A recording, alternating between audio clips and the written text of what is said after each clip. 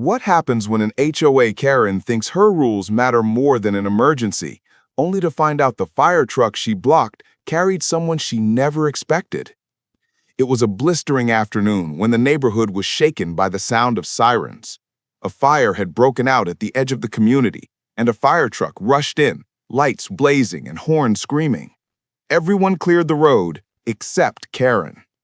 Karen had parked her luxury SUV right across the narrow lane, arms folded, standing firm in the middle of the road. She raised her hand like a traffic cop and shouted, "This road is private HOA property. No fire trucks are allowed unless I approve it." The firefighters leaned on the horn, but Karen stood her ground. "I'm the HOA president," she barked. "You'll have to go around." But there was no other way through. Seconds ticked by, and the fire roared closer. Finally, the truck screeched to a halt, and the driver's door swung open. Karen smirked until she saw who stepped down. It wasn't just any firefighter.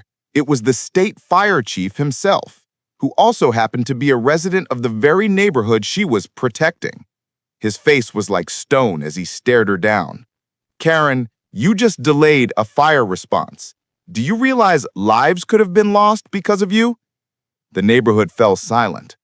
Karen stammered, trying to regain control. I was just following HOA policy."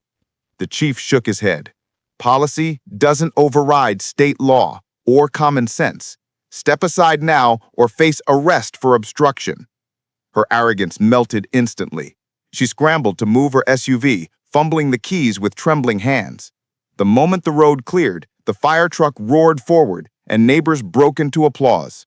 Not for her, but for the firefighters who rushed past to save homes. That night, the HOA board convened. Her authority was stripped in front of everyone. She was fined heavily, and residents demanded her resignation. The irony? Her own house ended up being the closest to the flames. If the truck had been delayed longer, she might have lost everything. For once, Karen didn't argue back. The whole neighborhood now had a new nickname for her, the Fire Stopper. But behind her forced smile, everyone could see the humiliation that burned hotter than the fire she almost let destroy them. I am Liam, and trust me, the next HOA story is even worse. Subscribe now.